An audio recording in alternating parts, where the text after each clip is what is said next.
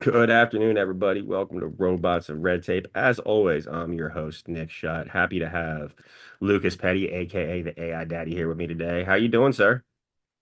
I'm doing great. Thank you for having me, Nick. Yeah, thanks for being here. I really appreciate it. So for folks that don't have the opportunity to know you, do you mind telling everybody a little bit about yourself, your background, kind of how you got and how you got here? Yeah, thank you, Nick. I'm the founder of AI Daddy, and what we do ultimately is we help either strategize and implement AI into marketing teams. And so all this started 5 years ago when I was working on my last company, and I realized that AI made it completely obsolete. And It was a company that we basically had a subscription service to operations, marketing best practices, all these templates, tools, and guides. Hmm.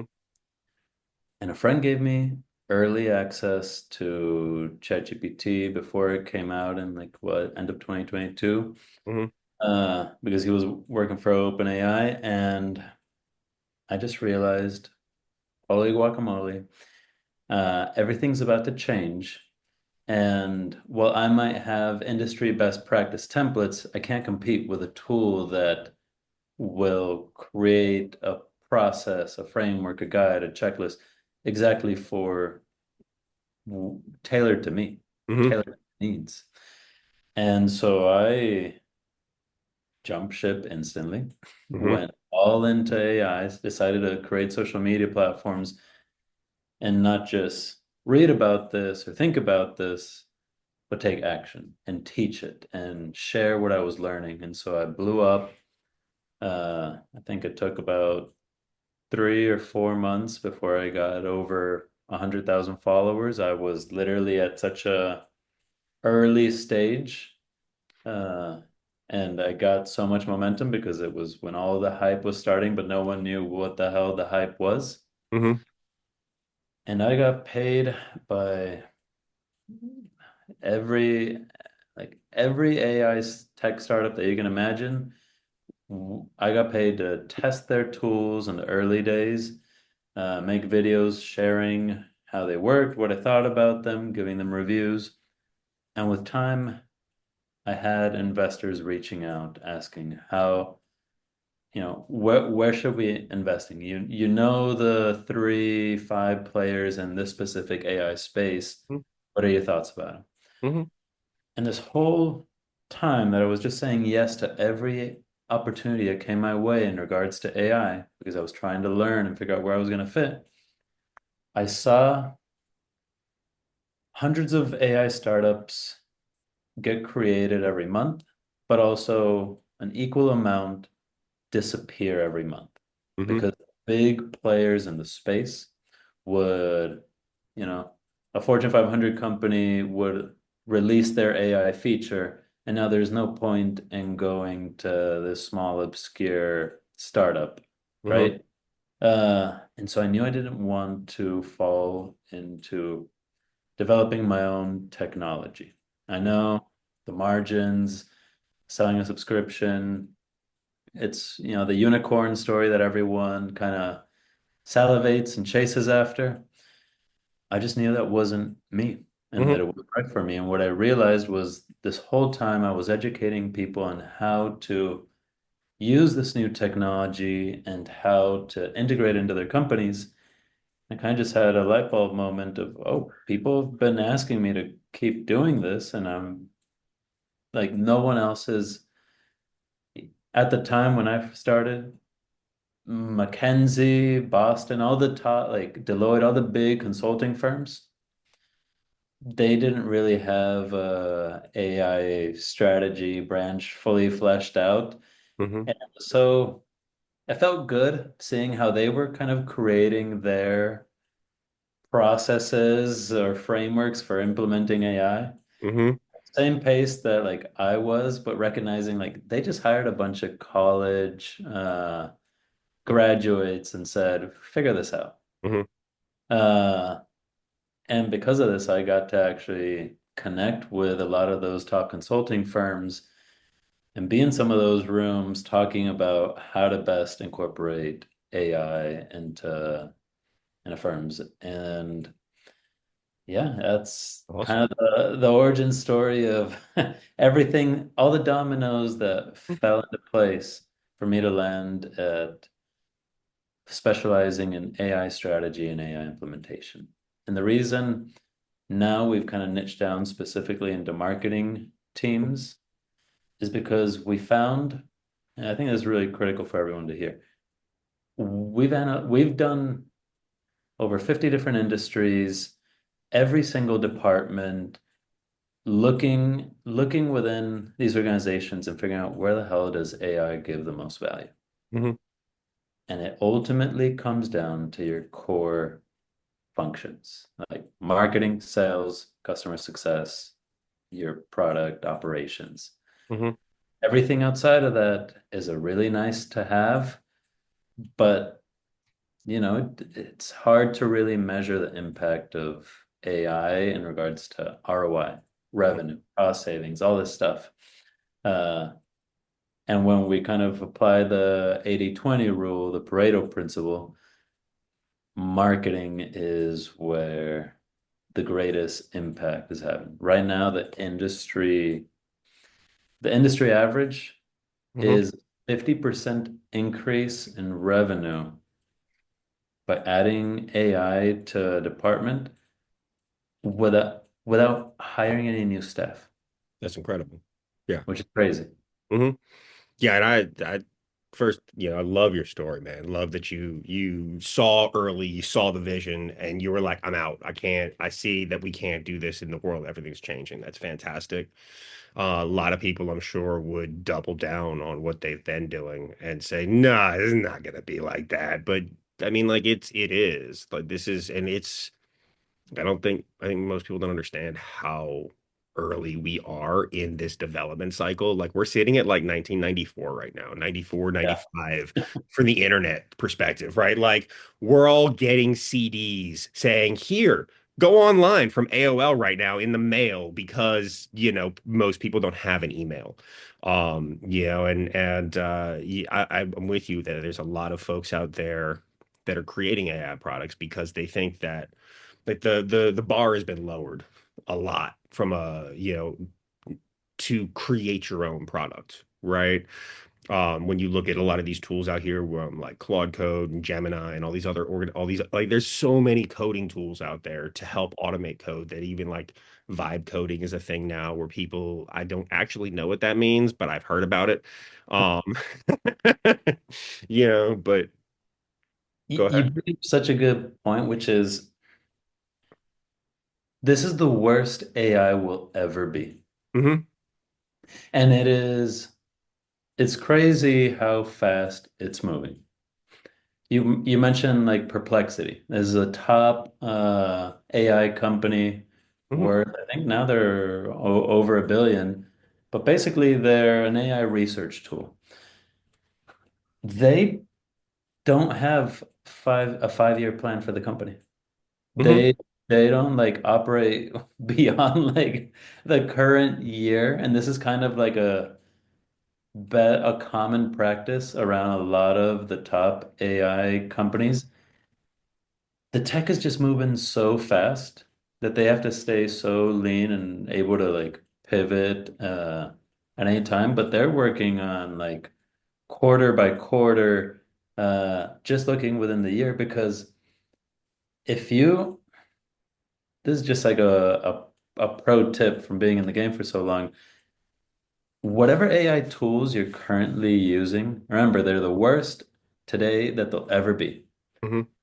And so if you use some AI tools last year or a couple of months back and you thought they weren't that useful or helpful, Hmm. go back to them. Yeah. Go back to them because it is within our own company, every employee has to revisit every AI tool that we're using every 3 months Hmm. and look at it as if we were complete beginners, Hmm. as if someone just gave it to us for the first time, and we have to explore all the features all over again. Because I mean, ChatGPT is a good example of this. When it first launched, you couldn't, it didn't give you an option to set up any privacy features. Hmm. Yeah. You couldn't turn off, like, don't train the AI on my data. Hmm. And because of this, in the early days, like you had big companies like Samsung Hmm. and others had millions of dollars of their IP made public. Hmm. 3 months or so after those scandals, ChatGPT allowed you to turn on the security of don't train the AI on my data. Hmm. But what did that feature do when you turned it on? It made you lose your conversation, your chat history. So it completely incentivized everyone to not do it. Hmm. But then, about 3 months after that, they stopped doing that horrible practice, and you could just turn on "Don't train my data," and you'd be genuinely protected. And They say you'd be genuinely protected. You have to just you have to trust them, right? Like there is no, you can't go verify that they're actually not doing that, right? Like, or am I wrong? no, no, no, great point. They say that, but if you turn on other features, the AI, you'll notice, and most AI these days will slowly start to change or adapt to if you share things about your company, if you share your brand, if you share your dreams, from business, from professional to personal, the more you share those things and you left the feature of like train my specific AI on it, well, your AI is going to start referencing these things, which means OpenAI, ChatGPT, whatever tool you like using, is being trained on it, but that uh they have some kind of wall or barrier. I'm trying to use non-technical terms They have a here. they have a rag specifically for you, right? Yeah, Essentially, yeah, that's yeah. yeah, they They're a wall that protects you from that data mhm, going outside of your account and whatever. But you and me talked about this before we started this podcast. mhm, And the number one use case, according to Harvard, for AI changed last year. It was like business and work related. This year, it's mhm, using AI for therapy as a personal companion. But there are no laws that protect you, like client privilege, client confidentiality privilege. There's no laws or any regulation that protects all these personal things that you share with your AI. If you get sued or the police or in a court of law, all that could be used against you. mhm.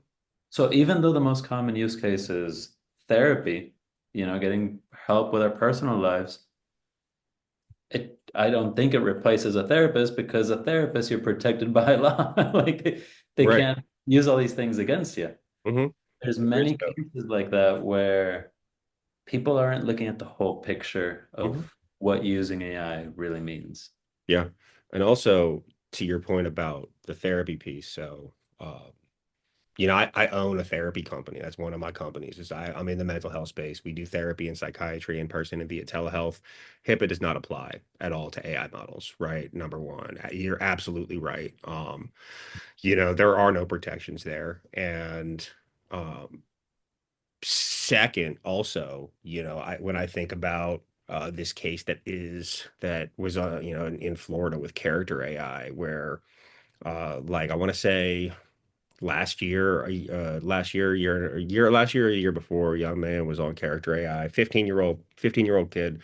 He fell in over the course of 9 months, fell in love with his character, Yeah. right? Fell in love with him. And on like he as in his 15-year-old logic realized the only way that he could be with the person that he loved was to, kill himself, right? And when he went to the AI and told it that, essentially, it didn't say that, yeah, go ahead and do it, but it also didn't say not to, right? Um, and I know like that's a horrible example. Not like horrible, like heartbreaking example.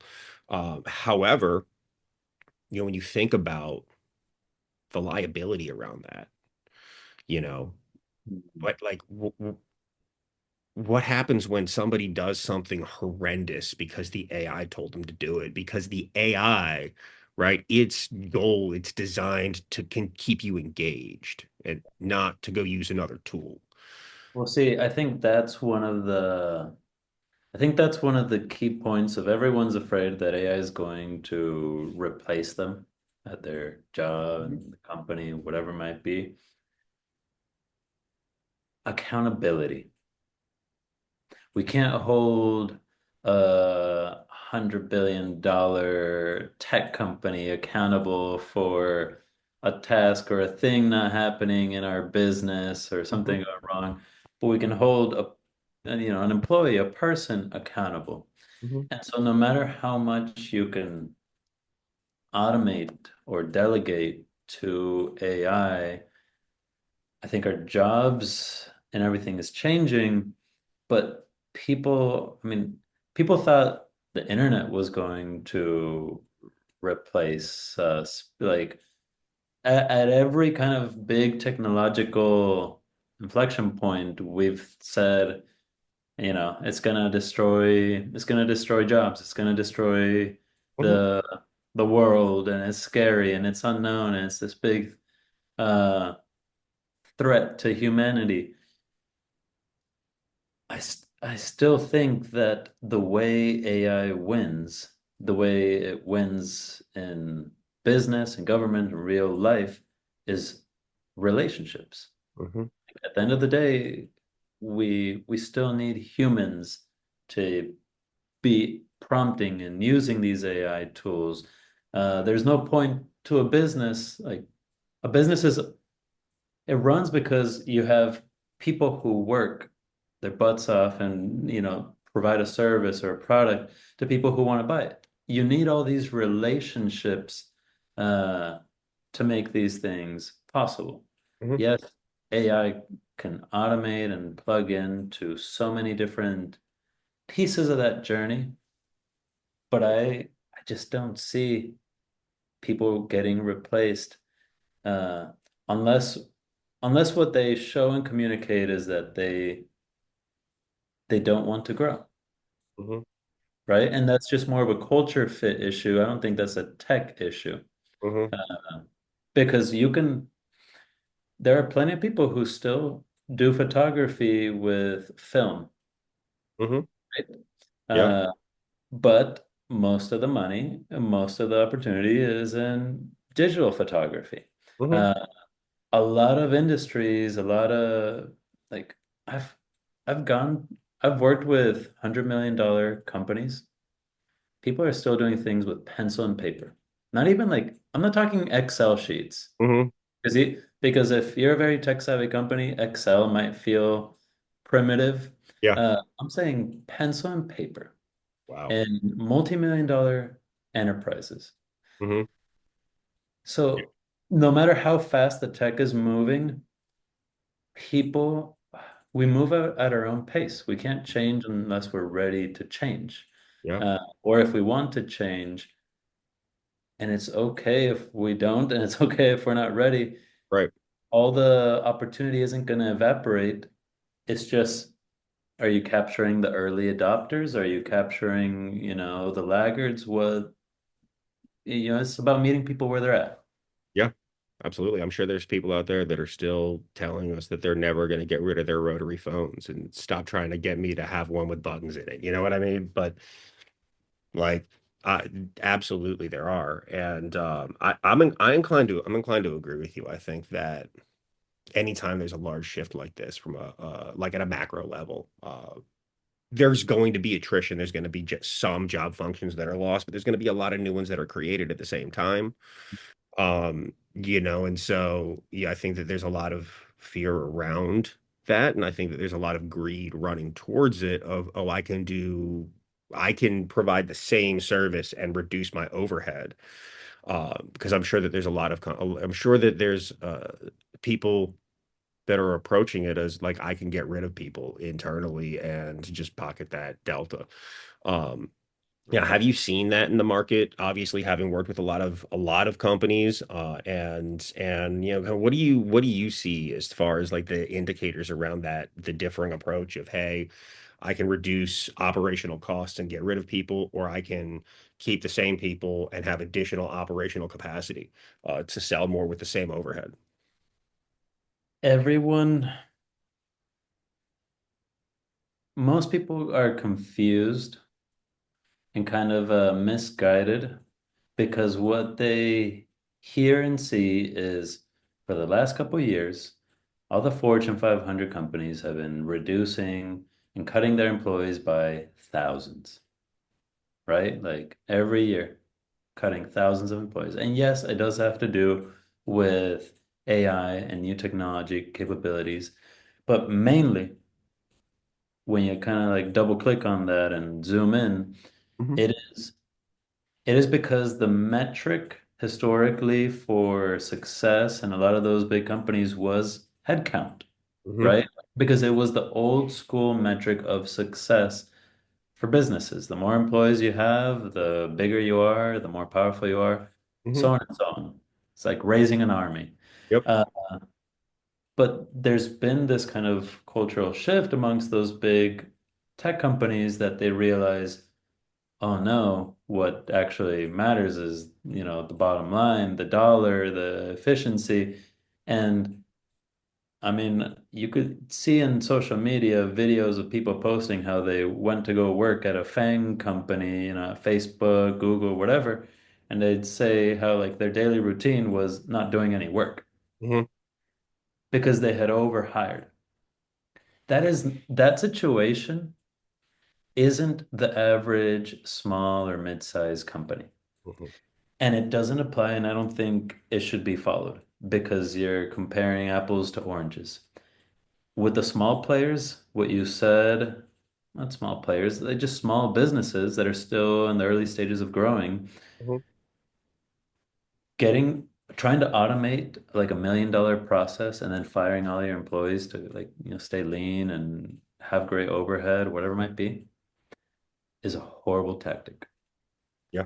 It's short-term thinking, and what you're doing is you're losing the people who understand your processes, your pain points, your problems, your bottlenecks, and you're getting rid of them for the sake of like, oh, quick margin, quick win, when in reality, any everything in this world like breaks down over time, right? Any house, any process that we build, if it's simply by the fact that we outgrow it, Hmm. if anything, right? But Yeah. that is just how nature works. Hmm. So even if you automate something, eventually, I'm sure, and I've seen this with many different automated processes or things, they break down if no one maintains them. That's why we pay for someone to maintenance that type of tech. But let's say you choose to automate that $1 million business process, integrate AI to take care of almost all of it, Hmm. keep your people, you free them up, and they understand the mission, they understand the goals, they understand how everything works. Freeing them up means now they can design the $10 million business model, right? Hmm. The processes to get there. Hmm. And now you're thinking in regards to growth, and that's how all the Fortune 500, that's how the big players are actually thinking. They're thinking, how do we uh, leverage the best people that we had because we had so many people at those, it's in a team when you have someone who's a naysayer or you have someone who doesn't contribute or doesn't fit the company culture, it drags everyone else down. Hmm. That's who the big companies cut. Hmm. Uh, and they've kept the best of the best. They've given them the best tools, and now they're growing the company beyond what any of us could ever imagine. And that's how you should be approaching it as a small and a mid-sized business.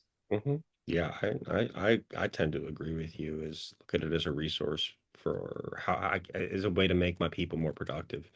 And what have you seen around, or what advice do you have for professionals, for folks that are working at these companies that are starting to adopt AI and bring it in? How would you help them, prepare to embrace AI and not be afraid that they're going to lose their job or understand that, yeah, maybe some of your day-to-day tasks will change, but you'll have to learn some new skills. But like, how do you counsel those folks and how do you approach them? I'm gonna give you I'm gonna give you like a very tactical because as much as I love strategy and high level thinking, I want people who are listening to like take action on this because tech is moving so fast, you can't really wait. 5 days is all you need. On the first day, today, tomorrow, you choose over the weekend, deconstruct your job, what you're currently doing on a weekly basis into tasks. And you're going to put them in three buckets. And this is what you're going to do on day two. So for day one, you just list out all the tasks that you do in your job. Day two, you're going to put them in three buckets. AI can fully do this tasks, which means you should immediately start delegating those tasks to AI. The second bucket is you can co-create or AI augments these tasks. Think of, in the first one, you're automating sending an email or updating a report or doing whatever thing. You don't need to manually do these tasks. In the second one, it's more like prompting Chat GPT, a specific tool, and creating things together with AI. So delegate, augment, and then the third bucket is things that only humans can do. And Hmm. this is where you need to double down because this is where you don't get replaced. Uh, this is relationships. This is tends to be a lot of soft skills. It can be strategy, it can be creativity, but dividing those three things, all your tasks in a day into those three buckets in the second day, and then on the third day, just rebuild your role. Imagine what it would look like if, okay, that 10, 20, 30% of your tasks you're no longer doing because you automate them, and what the percent of things that you do that you do with AI, Hmm. just commit to it.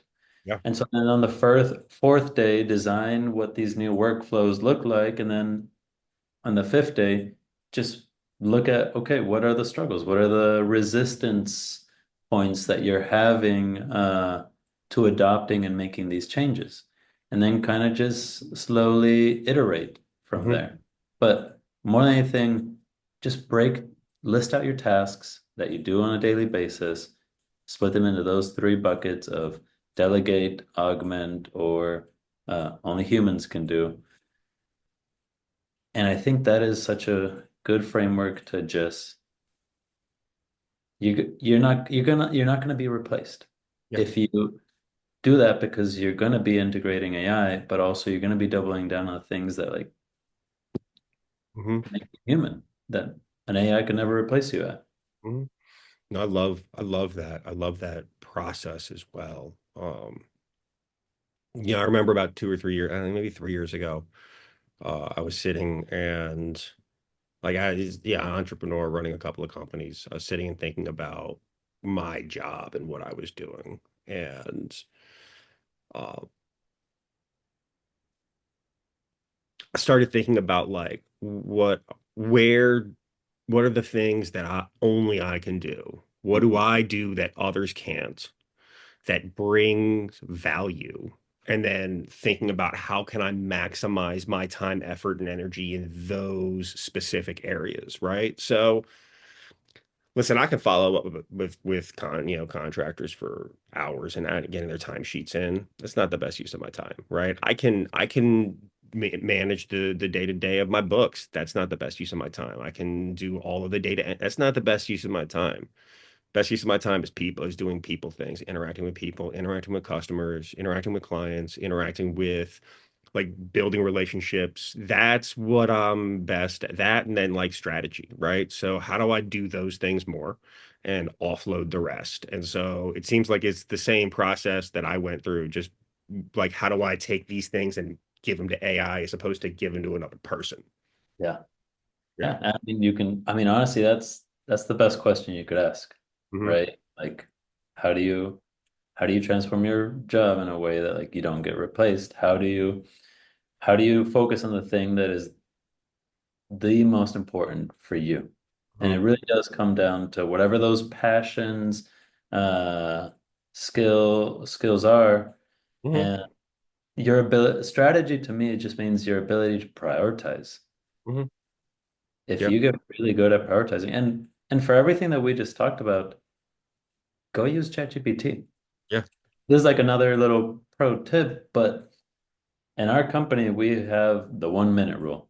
And the 1 minute rule just means before you do any task on your to-do list, anything that you got to work on, before you get started, spend 1 minute just prompting ChatGPT or Copilot, whatever AI tool you're using, and just present the thing you're about to work on. Hmm. And for a minute, have a discussion. And before you know it, in under 10 minutes, like half the time, in under 10 minutes, the thing gets done. Hmm. Yeah. Because so much of our day and our time is spent not doing the thing. It is, and not even preparing to do the thing. It is mentally preparing to do the thing, Hmm. uh, getting emotionally ready to take action and Yeah. saying, we need a plan, we need X, Y, Z, when what we need is action. And Hmm. I think AI unlocks this ability to kind of have this bias for action. Hmm. Absolutely. I also think it has it gives us access to in a different way, right? So, at, I wouldn't say access to information, but it makes like all the information on the internet usable in a way Hmm. that it was not before, right? I everything that I ever ask Chat GPT for, right? Because, for like, one of the things that I like to use, Chat GPT, Gemini, Claude, whatever for is I like to if I'm ever buying something online, I like to ask it for a discount. If I can go find me some discount codes, right? Go see if you can find me a discount code to save some money on whatever it is I'm looking at purchasing today. Oh, I love that. Um, all of that information is easily and readily available via Google, right?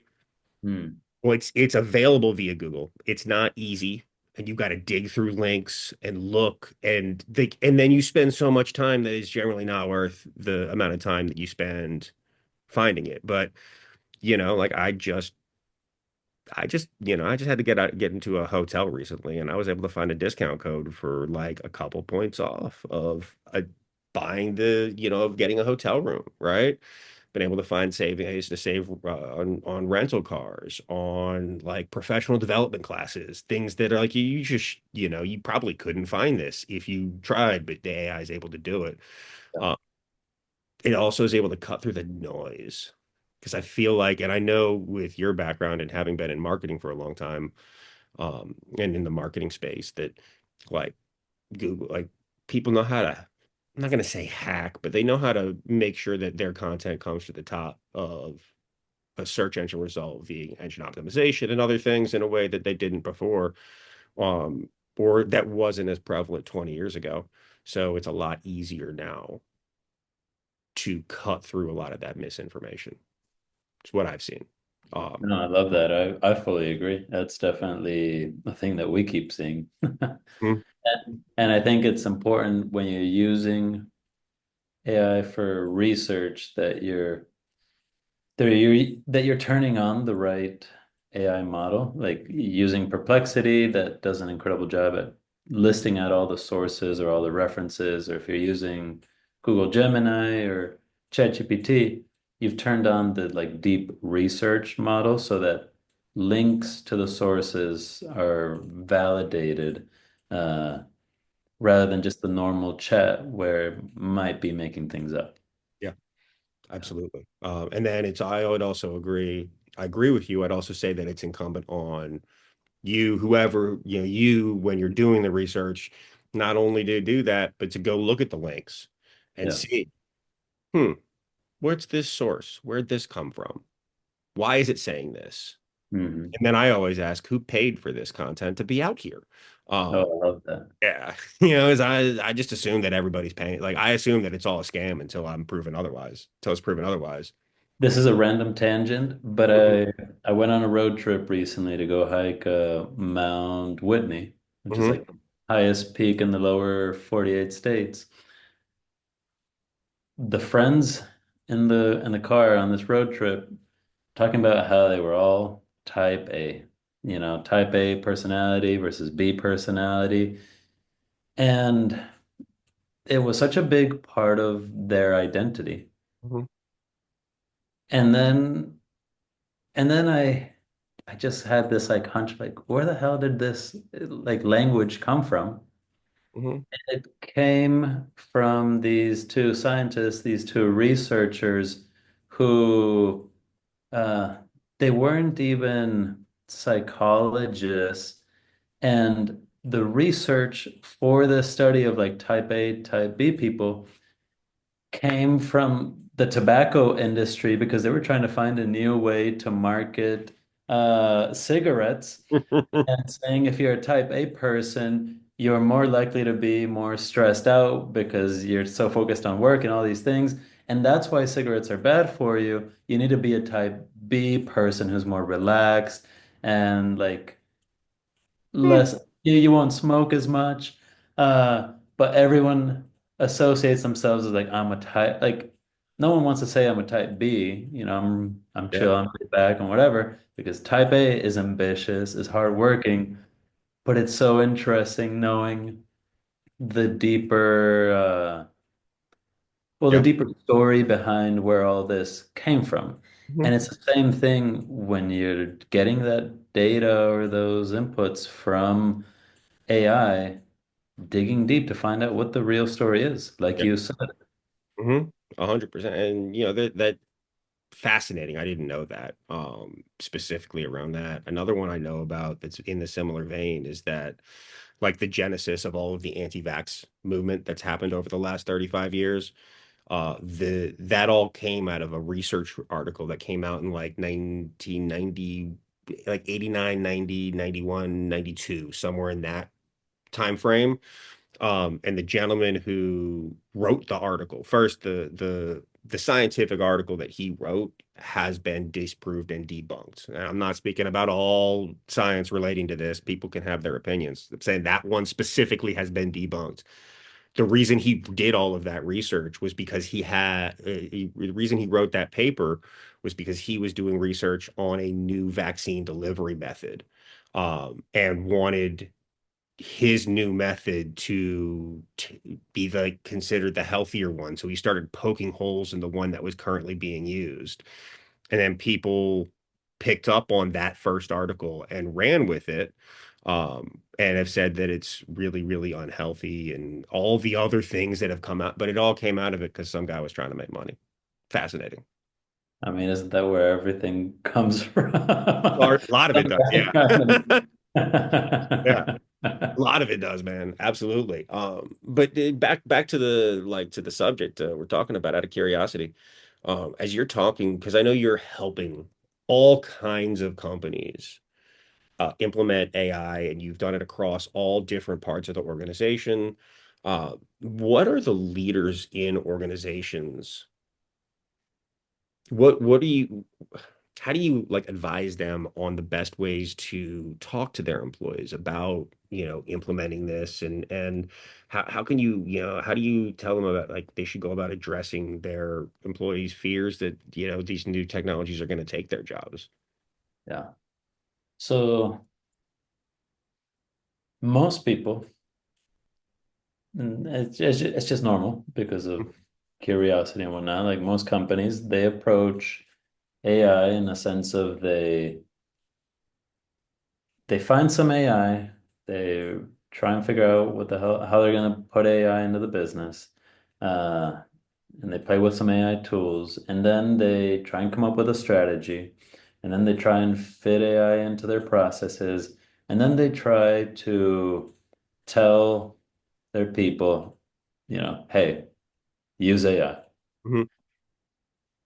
And it's funny because Harvard actually has this kind of like best practice on implementing AI, which literally starts by like looking at your data opportunities and figuring out what your ethical frameworks are going to be, whatever the hell that means. And it ends their framework ends with saying like, and at the very end, uh, work on like introducing AI to your team and the change management aspect. And anyone who actually does AI implementation and AI strategy and does this for a living, and not just like living the strategy, but sees it through to the end, Hmm. will tell you that all that is backwards.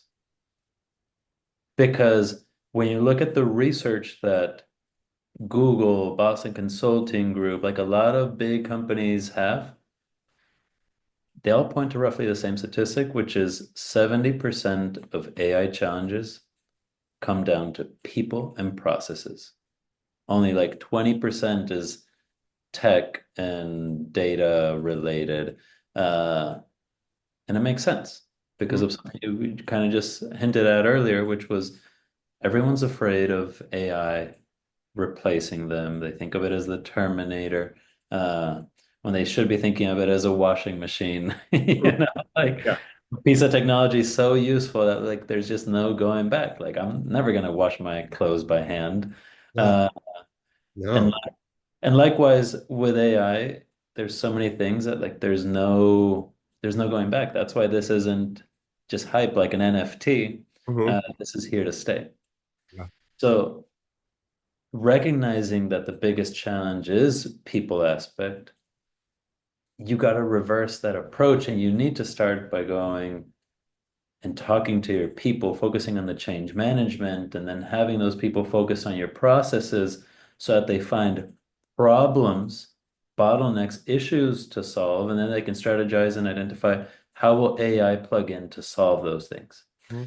Because most companies, they follow the framework that I like to say toy, tool, team. And what I mean by that is they just go down AI tool rabbit holes and they play with them like toys. And then eventually they find a problem to solve and it becomes somewhat useful and it's now a tool and they share it with their team and then it gets integrated into the company and you achieve transformation. Works really well, but it's really slow. Hmm. Really, really slow and it doesn't really scale.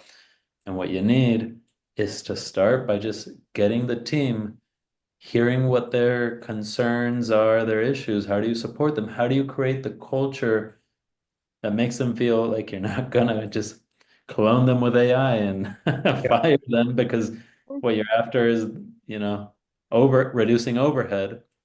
But instead, you're there to protect them and you're focused on the company culture, Hmm. right? The long-term games that we were talking about before. Yeah. And the way I adopt AI isn't by telling you, use it or you get fired. It's by me going, well, what in your work, what in your processes, what in the business, like, are you struggling with? What do you want automated? What do you like? All Hmm. of a sudden, all of a sudden, if you start with the people and you do it right, they drive Right. the innovation, the adoption of new technology and AI. And it's like the difference of swimming against the current versus going with the current. It's Hmm. just night and day. Yeah. Absolutely. On our first call. Start with people first. Yeah. I'll keep doubling down on it. I couldn't agree more. On our first call, I remember you mentioned that in your all of your work, you've noticed there's a difference between how male and female CEOs are approaching this. Could you like speak to that a little bit? I thought it was really fascinating. Yeah. Uh, so we had this crazy insight come from analyzing like the hundreds of sales calls we've had. We had an AI just go through all the transcripts and list out all the questions that leads were asking. 50% of male CEOs and like leaders throughout that sales call would ask or say something along the lines of, can AI replace so and so's role? Can AI make it so I don't have to have all these executive assistants or these VAs or these admin people, whoever? 50% of male CEOs ask that. Guess what percentage of female CEOs and leaders have asked that? No, I would. I mean, I know the answer because you told me, but let's go. Let's go with 3/4. Yeah, zero. In fact, 0% of female leaders have asked that question in the thousands of calls that we've had. One of their most common questions is, how do I protect? How do I make sure that like how do I support my team with as we adopt AI, as we integrate AI? So it's very completely different mindsets. But that's not to say male CEOs are right or wrong. It's just the winning strategy is putting people first. Hmm. The strategy that we see work the best with male CEOs is they are very kind of ruthless or aggressive and like non-negotiable in their AI implementation. Hmm. So they will go, look, we're all adopting AI, and if you don't do it, you're gonna get fired. So Hmm. it's just a non-negotiable. You better fricking do it. Uh, and it creates friction, but you end up sometimes with a leaner team, or sometimes they don't follow through on those threats, and things stall and things. But when done right, that non-negotiable, harsh, like someone just has to take charge because otherwise you end up death by committee, Hmm. death by bureaucracy. So there's really useful things in that approach, but for the most part, we see female leaders putting the team first and letting the team guide AI innovation in a slightly gentler approach tend to result in uh, faster results. That's awesome. Fantastic. It's really interesting. I have more questions about company cultures that I'm sure you couldn't or wouldn't be able to answer. But my last question for you today is is there like an industry or like a social issue that you think could really benefit from some AI solutions that is just that they're just I'm not gonna like it's not being it's being ignored now or it's just not doesn't have enough like light on it. Where do you think that this tool should be applied where it's not? Nonprofits, 100% nonprofits. These organizations that are drowning in outdated systems are have admin overload. Everyone's underpaid, everyone's volunteers. Uh, their whole business model for most nonprofits is goodwill. Hmm. And it's so damn like selling to donors and saying, hey, like, be a good person, a little bit of money is so difficult. Hmm. And so they are so budget constrained and conscious of like every dollar. They are actually the ones lagging the most behind in like AI adoption. Uh, and we add on top of that everything that's going on with our current government political climate. Every nonprofit is getting their grants, their Hmm. funding slashed. And for most of them, that was anywhere from like a third of the money that Hmm. was supporting them to like half of it or even more. Yep. So I see someone who can come in and create solutions for nonprofits that are cost effective and support them. They're gonna thrive and monopolize that entire space because people ignore it because of the lack of dollars, but it's because of the lack of dollars that the business model works so well with AI. Yeah. And yeah, it is just so ready for disruption. And I, also, it's just the people who need the most support, those who are helping others. Yeah. No, I have some friends that work at some nonprofits locally. Some local chapters, some like big national ones that people have heard of, and smaller ones, and they've been going through a lot over the last few years, and so I actually agree with you entirely. I think that'd be a great place for somebody to start. Anything else you'd like to add, Lucas? Anything I missed? Any points you'd like to make? No, those were really good questions. I guess I want to give one more kind of tactical piece of advice for the audience, uh, that they can think through identifying and incorporating AI either in the business or, well, we gave that tactic for the employees. Let's give a quick tactic for the business leaders. So if I could divide AI uh, opportunities in a business into two buckets, you can either put AI into your processes for your employees to use, or you can put AI into your products for your customers to use. Let me go ahead and tell you, unless you have incredible IP and like really good data, or like you're sitting on some juicy information or best practices that like no one else has, Mhm. you should avoid just creating a chat GPT chatbot on your website or for your product and like making it the thing, because if I want to use AI, I'm gonna go to ChatGPT. I'm gonna go to the big players. Mhm. And more likely than not, your company doesn't have the technical expertise or knowledge to make an actual good AI product. Mhm. It's just because of resources, right? And you most likely been focused on other things. So that means you should most likely prioritize incorporating AI into your processes for your employees, for your team to use. Now I'm kind of going to zoom in. There's two ways to go about AI for there. I'm trying to give you like most Mhm. actionable strategy. You have horizontal AI use cases. Fancy way of saying you're looking for AI tools or AI opportunities that everyone in the organization can use. And you have vertical AI use cases, which is AI use cases or tools specifically for a department, a Mhm. function, or a team.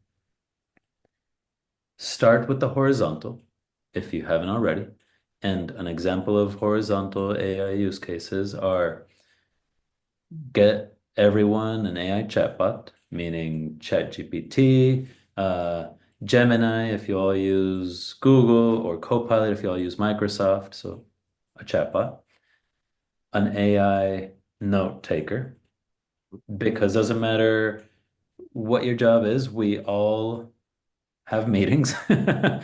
And an AI note taker is one of those things that like you don't realize you need until like how incredible it is until you have it and you use it in every meeting, and it helps you with all your action items, your follow-ups. You can have it tell you to write your follow-up emails. There's so many things to that. Uh, and so look into an AI note taker. And then third, I would just say like an AI researcher. And this could be like the tool we've been mentioning of Perplexity, or Mhm. it could just be training and letting the team know that like if you're going to use ChatGPT or Gemini, you can turn on a feature that says deep research. And now it's going to reference all the sources of the things that it's researching. We all need help with writing and ideation, that chatbot. We all need help with better communication, better meetings, better follow-up, and we all need help with better research, better information, better data. Those three are like there's many more, But those are like the kind of core three pillars. You got those locked in for your horizontal use cases? Awesome. But let me give you a heads up.